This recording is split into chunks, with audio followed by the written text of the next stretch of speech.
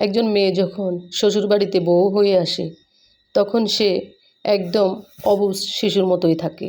সে না জানে কিছু বলতে, না জানে কিছু করতে, জানলেও সব কিছু সে যেন অজানার মতো হয়ে থাকে।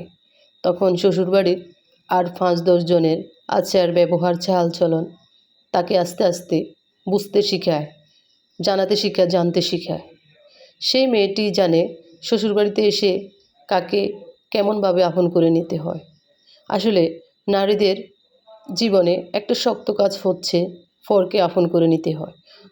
আপনজন মানুষগুলো মায়া ত্যাগ করে পরের বাড়িতে এসে সবাইকে আপন করে নেওয়াই হচ্ছে মেয়েদের একটা কাজ।